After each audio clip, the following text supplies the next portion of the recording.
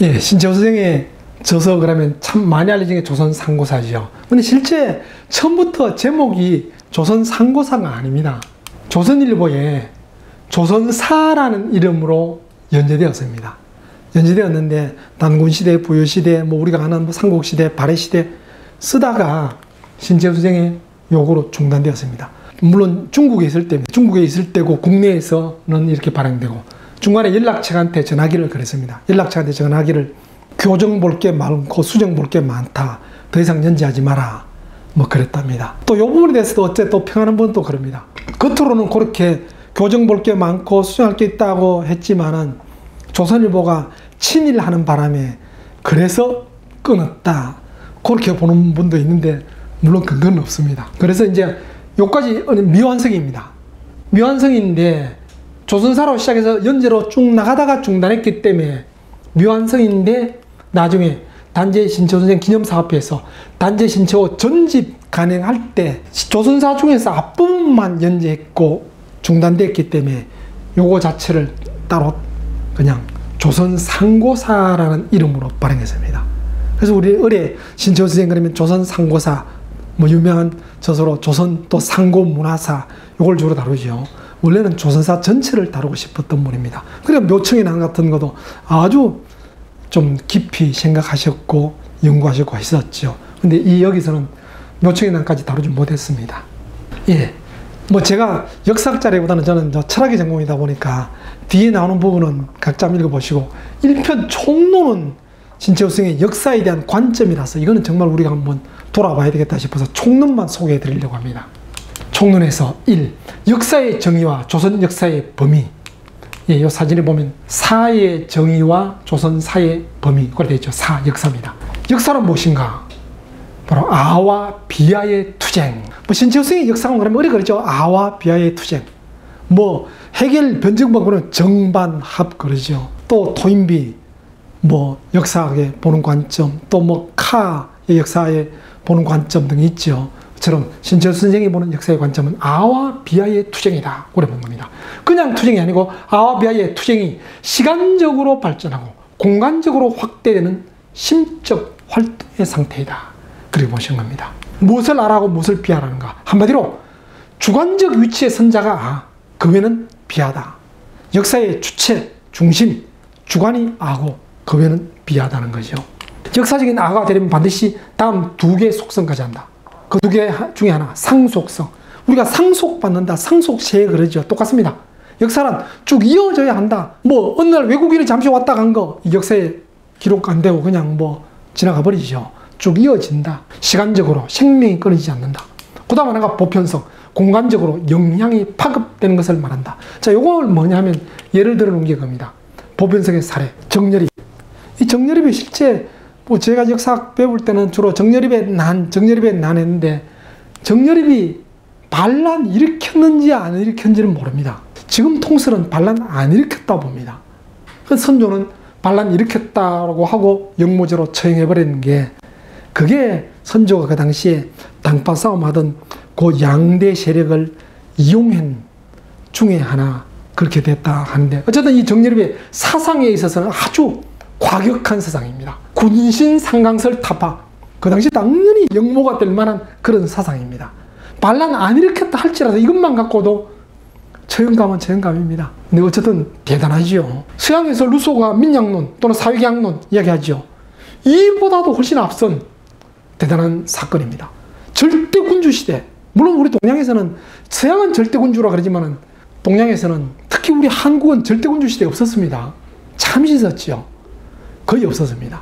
중국만 해도 절대군주지만은 우리 조선은 궁궐 가봐도 우리 조선의 궁궐이 중국의 궁궐이나 서양의 어떤 뭐 왕궁보다 초라하다 생각하지만 초라한 게 아니고요. 너무나 일반 백성과 큰 차이 없는 우리가 보통 그럽니다. 우리 한국에 대표할 만한 음식도 제대로 없다. 뭐 그런 말도 하는데 요즘은 한식문화 하지만은 중국 음식만 해도 세계가 알려져 있다 하는데 어떤 분이 그래요. 역설적으로 음식 문화는 독재자로부터 나온다. 별난 독재자로부터 나온다. 그런 말도 해요. 얼마나 별났으면 평범한 거 못 먹겠다. 별걸 다 요리해오라. 제비집 요리, 원숭이 골 요리 우리 조선 임금은 그런 거 없었습니다. 임금의 수라상 특별 안 합니다. 그냥 건강식 그래 보시면 돼요. 그래도 조선에서 정말 지켜줄 거 하나, 반역, 또 지방의 난리, 이거는 있을 수 없는 겁니다. 절대군주제가 아니라 할지라도. 근데 그걸 타파자 했으니까 파격적이었죠. 그러면 이 정여립이 세계적 인물이 돼야 되는데 루소에 비해서는 세계적 인물이 못 되는 이유가 뭐냐? 그런 게 보편성이다. 공간적으로 영향력이 정여립은 루소만 못했다는 겁니다. 정여립은 그렇게 하다가 그냥 반란제로 처형당하고 말았지만은 루소는 사회계약론, 민약론 때문에 프랑스 혁명에 영향을 주고 세계사를 바꿔놨다. 그래서 루소 그런다. 그래서 역사란 시간적으로 상속성도 있어야 되지만은 공간적으로 보편성도 있어야 한다. 그렇게 보는 겁니다. 그 다음 또, 여기까지는 이제 역사의 정의 쪽이라면 이제 조선 역사의 범위들. 조선 민족을 아의 단위로 삼고, 아가 태어나고 자라고 발달한 상태를 서술하고, 아와의 상대자인 사방 각 이웃 민족과의 관계도 서술하고, 어느 문자 등 아와 관계되는 사상들, 또 아의 신앙에 대해서, 물론 여기 붓을 내놨습니다. 종교가 별로 역사에서 중요하는 듯도 하지만은 우리 상고사를 볼 때는 종교를 뗄 수 없다. 그래서 역시 신앙도 다뤄야 된다. 그래서 다뤘다 그럽니다. 그리고 또 학술, 기회 등등 기타 쭉 가나다라마와 사하까지 역사 서술의 기준, 우리 조선 역사 범위에 대해서 적어놓은 겁니다. 두 번째, 역사의 3대 원소와 조선 구사의 결정. 역사는 역사를 위하여 역사를 쓰는 것이고 역사 이외에 다른 목적을 위해서 쓰는 것이 아니다. 고각 아시에 그러죠. 세상에 아부하기 위해서 학문을 거짓말로 바꾸는 거 안 된다. 역사 마찬가지로 역사 그 자체를 써야지.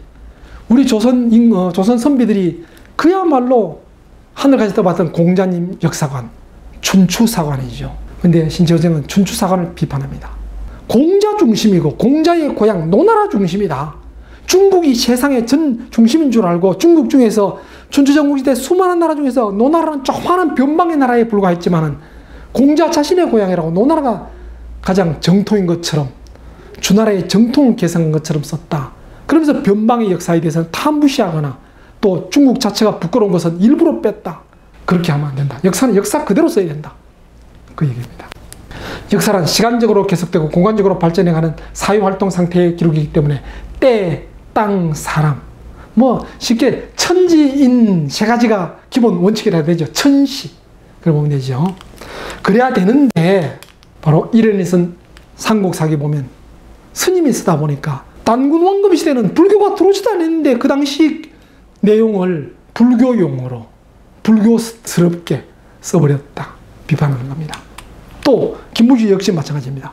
우리 고대에서 그야말로 여기 나온 것처럼 고대 무사들, 삼국의 무사들은 유교 사상, 공자맹자 유교 사상은 그냥 발의 때처럼 시시하게 생각했는데 김부식은 삼국시대의 무사들이 유교 사상 인용한 것만 싫었다. 그게 대단한 것처럼 그렇게 비판하는 겁니다. 그러면 안 된다.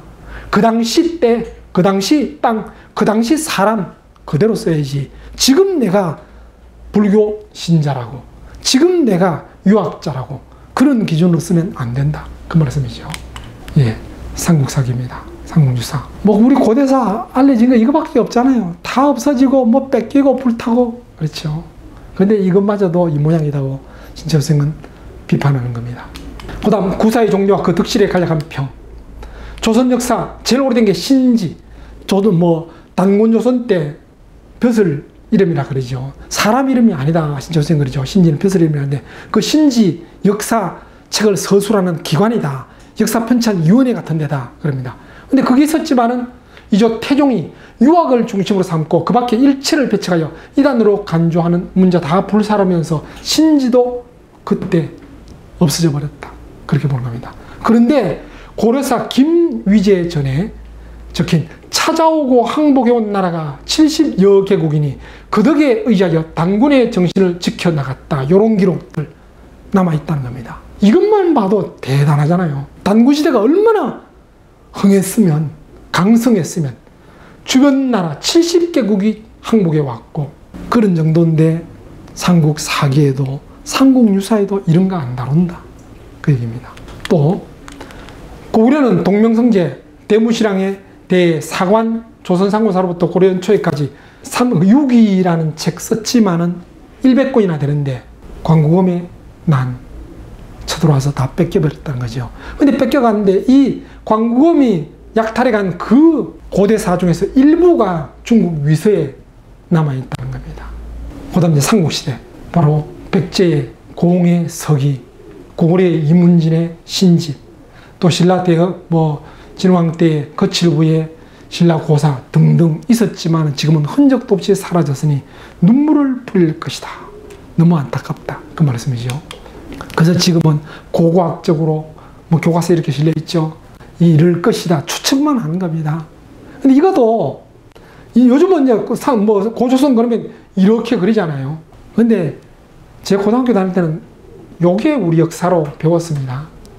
몇 년 전에 윤예은 선생님하고 이제 사석에서 직접 들은 말씀인데요. 그분이 젊은 학자였을 때 역사편찬위원회 같이 의논하면서 고조선 영토가 이거다 했다가 다른 학자들한테 다 반대당했대요.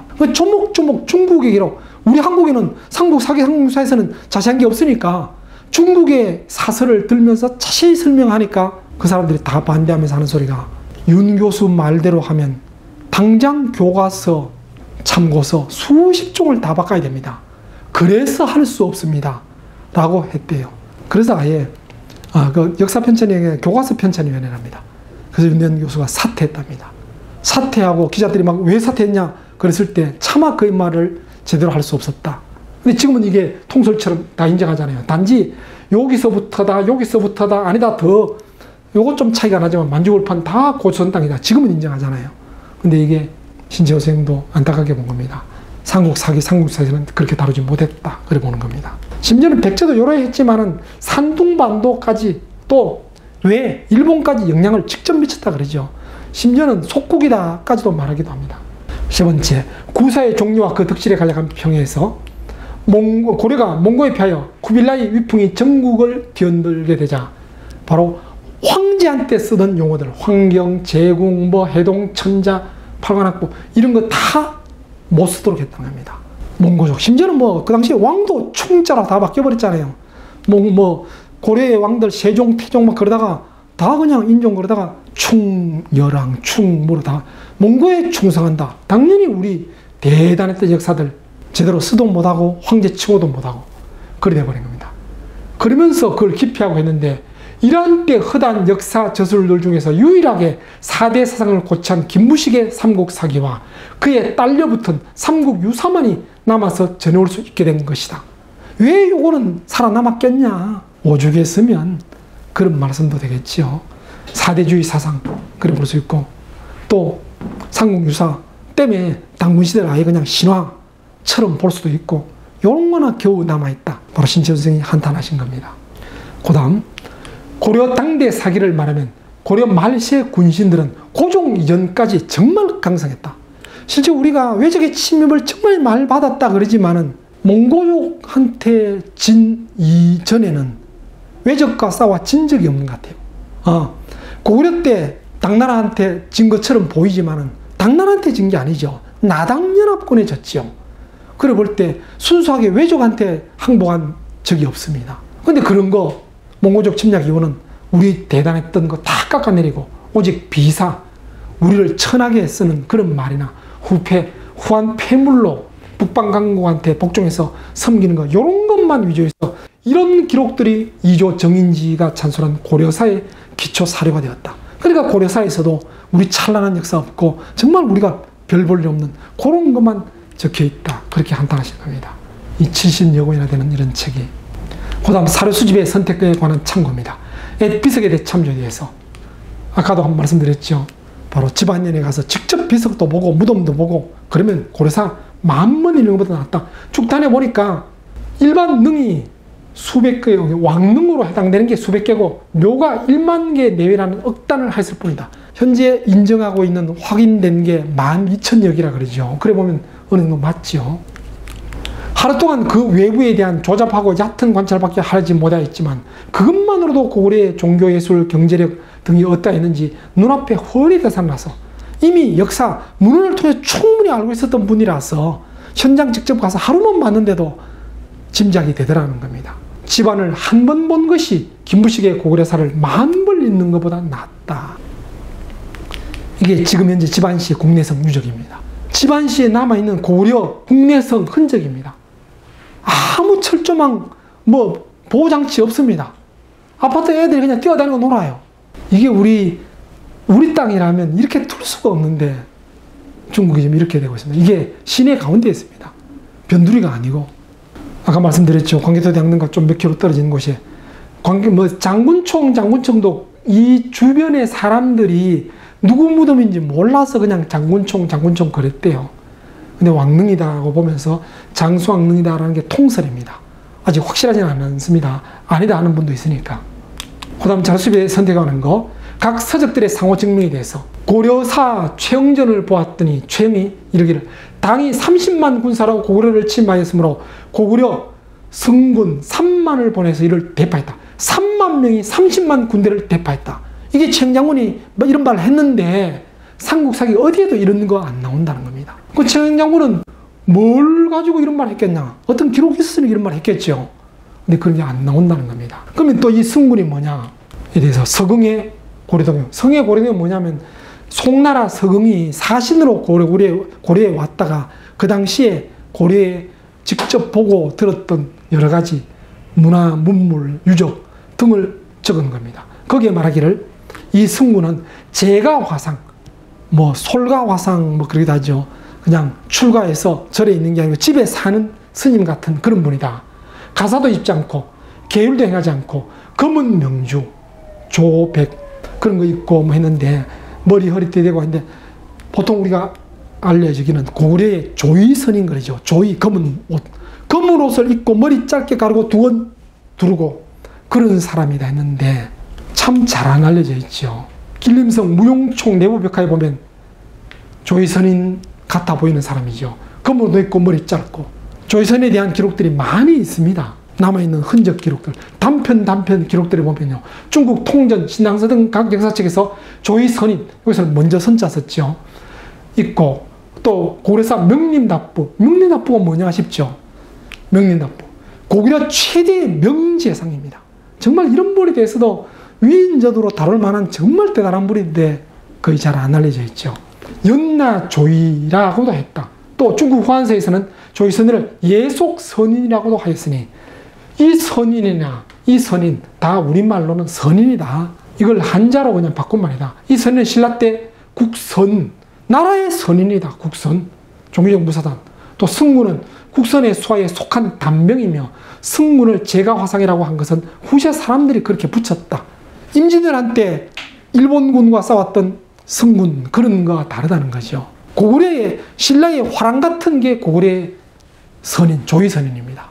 근데 신라의 화랑에 대해서는 정말 공부도 많이 하고 정신 주입식 교육도 하고 했는데 고구려의 조이선인에 대해서는 우리가 안 다루죠. 정말 자랑스러운데 심지어는 우리가 그렇죠.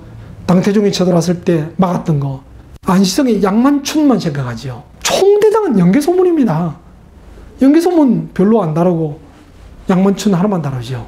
그래서 꼭 당태종이 안시성 양만춘하고만 싸운 것처럼 보는데 그게 아니고 총사령관이 당연히 연개소문이고 나라 대 나라 싸웠습니다. 그 연개소문 역시 조이선인이라 그러죠. 또 각 서적들의 상호증명 속에서 또 두 번째 안시성 싸움 역시 이것도 많이 알려져 있죠. 당태종이 싸우다가 안시성이 처음 싸운 게 아니고 고구려 계속 돌아다가 안 되고 결국 안시성 거기서 발에 묶였다가 화살에 눈에 맞아서 도망갔다. 그렇게 되죠. 전설처럼 내려온다. 이것도 신철 선생님 말씀하셨는데 후세 사람들이 역사에 올렸다. 전설 같으면 역사에 안 올렸겠죠. 뭔가 일리가 있으니까 역사에 올렸을 겁니다. 더군다나 이색, 고려 말에 이색 같은 사람은 정관음에서 흰 기시에 눈이 떨어질 줄 어찌 알았으랴. 화살 끝, 요게 흰 기시죠. 화살한테 눈이 떨어질 줄 어찌 알았으랴. 라고 하여 그것을 실제로 있었던 일처럼 증명하였으나 김부식의 삼국사기와 중국인 신구당서에는 보이지 않는다. 그 이유가 무엇인가? 왜 안 적었나는 겁니다. 그건 바로 중국인들은 그 군주나 신하들이 외족과의 싸움에서는 패하여 상하거나 죽거나 하면 이를 국치라 하여 역사에 기록하지 않고 감추고 있다. 이게 공자, 역사관, 춘추 필법이다. 진짜 선생님 그래 봅니다. 안성 전투 사진인데요. 그림인데요. 신구당서, 중국의 신당서 구당서에 당태종이 정관 19년 9월에 안성에서 회곤했다.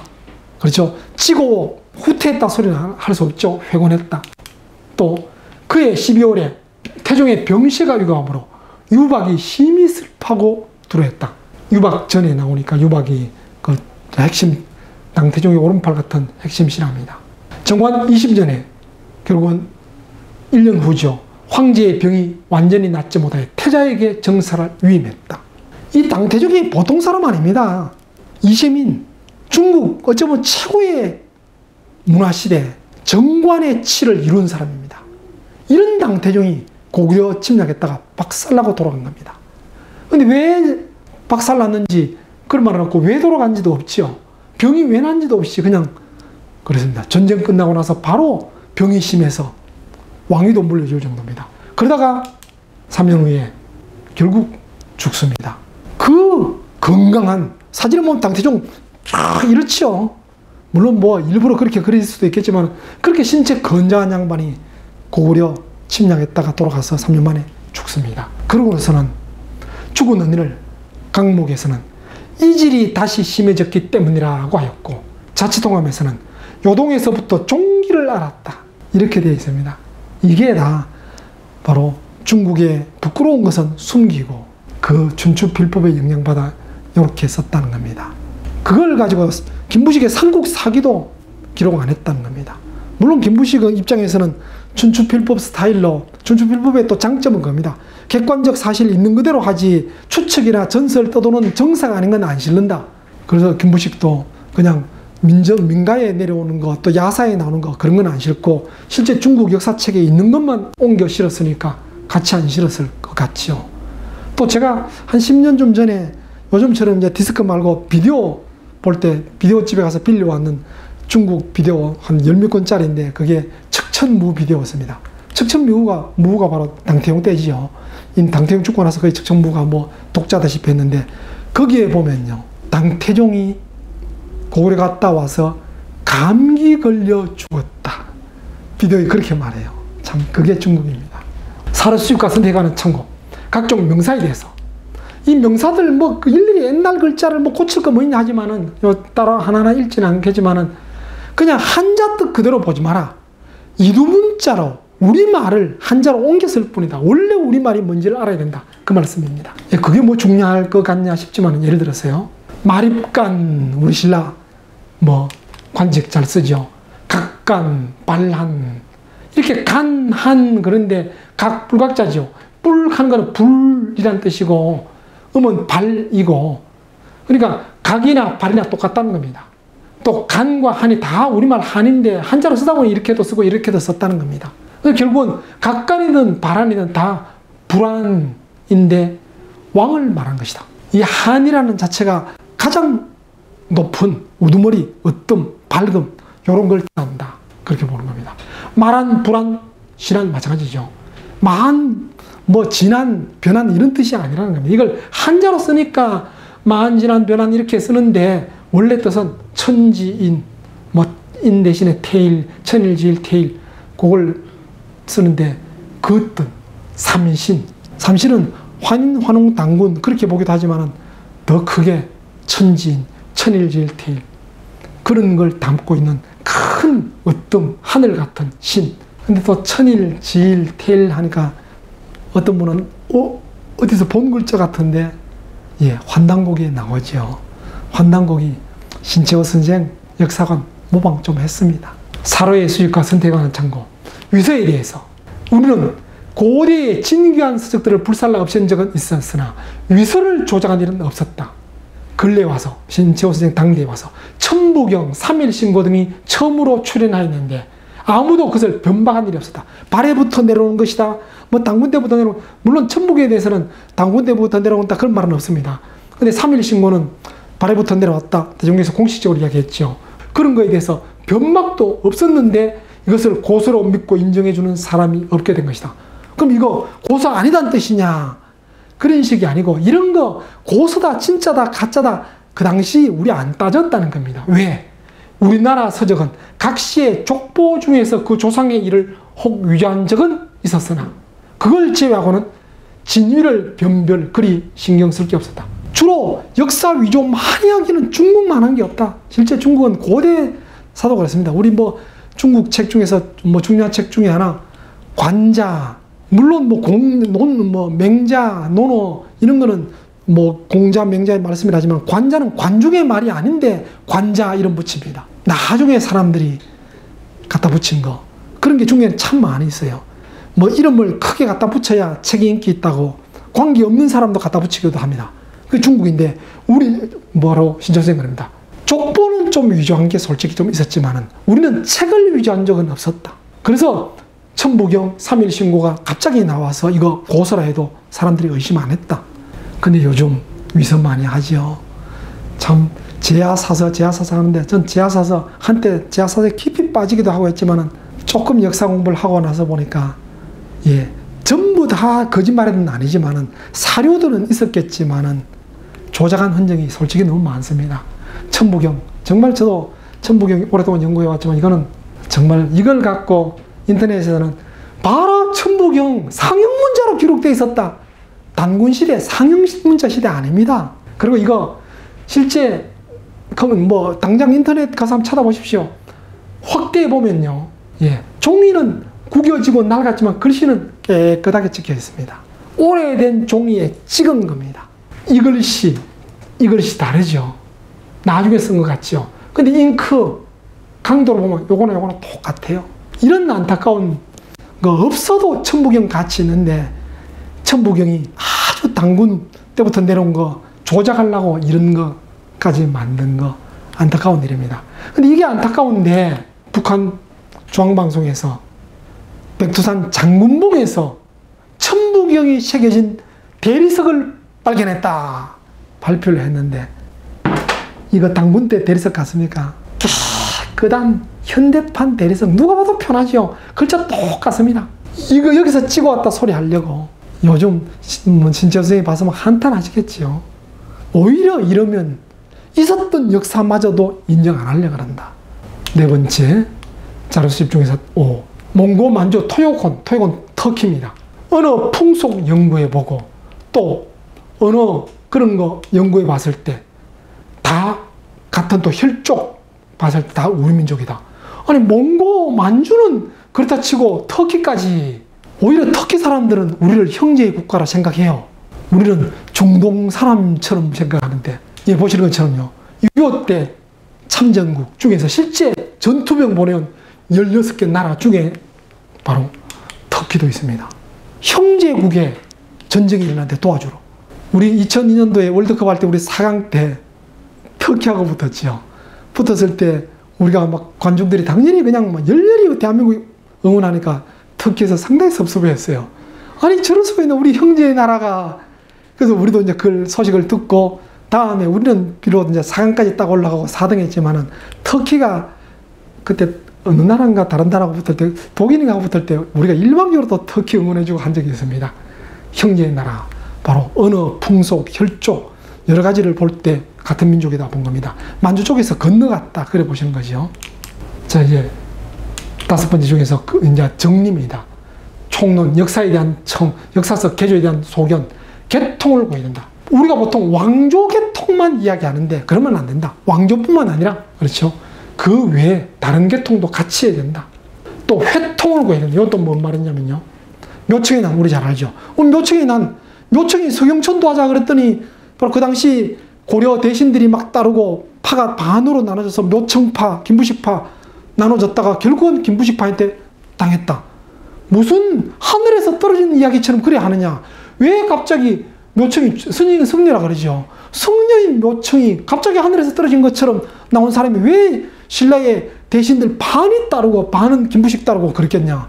이유가 있었을 건데 그런 거 하나도 없이 그냥 하늘에서 뚝 떨어진 토막만 실었다. 전체 큰 통하는 회통을 구해야 된다. 그러면서 신채호 선생은 왜 묘청의 난이 이렇게 됐는지를 자세히 기술을 합니다.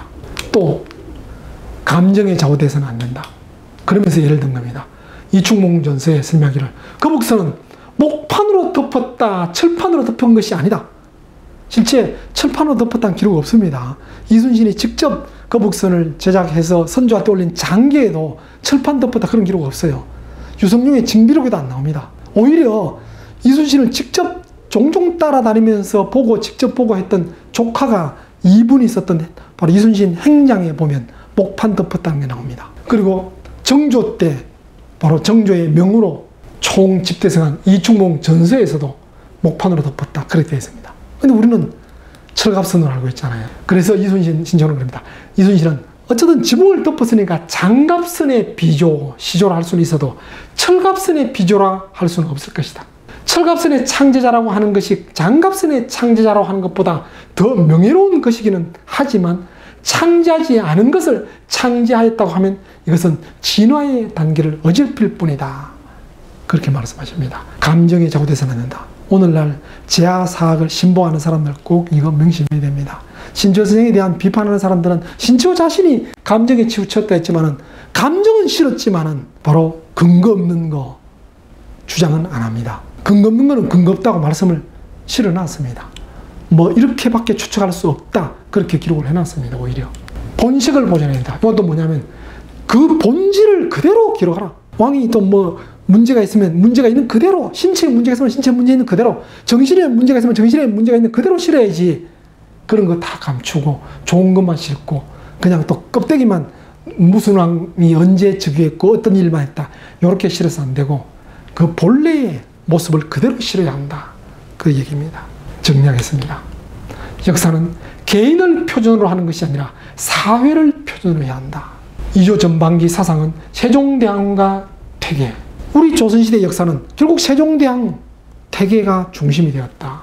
신라 삼국시대는 원효와 영랑, 원효는 알려지지만 영랑은 또 제대로 안 알려졌잖아요. 신채호생은 영랑을 상당히 중시했죠.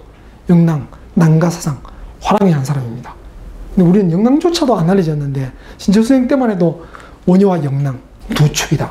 근데 과연 이조 때는 세종과 퇴계만이 다고 신라 때는 원효와 영랑이 다냐? 이거 다가 아니다. 역사는 개인을 표준으로 하는 것이 아니라 사회를 표준으로 해야 한다. 바로 조선상고사 총론 1편 마지막 부분에 실려 있습니다. 예, 마지막으로 신채호 선생이 조선을 떠나 중국으로 망명하면서 썼던 시 한 편 소개해드리면서 마치도록 하겠습니다. 나는 내 사랑, 너는 내 사랑. 두 사람 사이 칼로 썩 베면 고우나 고운 핏덩어리가 줄줄줄 흘러 나려오리다. 한나라 땅에 골고루 뿌려서 떨어지는 곳마다 꽃이 피어서 봄맞이하리. 짧은 시지만은 신채호 선생의 혼을 느낄 수 있죠. 정말 붓으로 일제의 총칼과 마지막 순간까지 한 점 흐트러짐 없이 하늘 우러러 부끄럼 없이 독립운동에 온전히 몸과 마음을 바치신 분이 바로 단재 신채호 선생이라 볼 수 있겠습니다. 마치도록 하겠습니다. 감사합니다.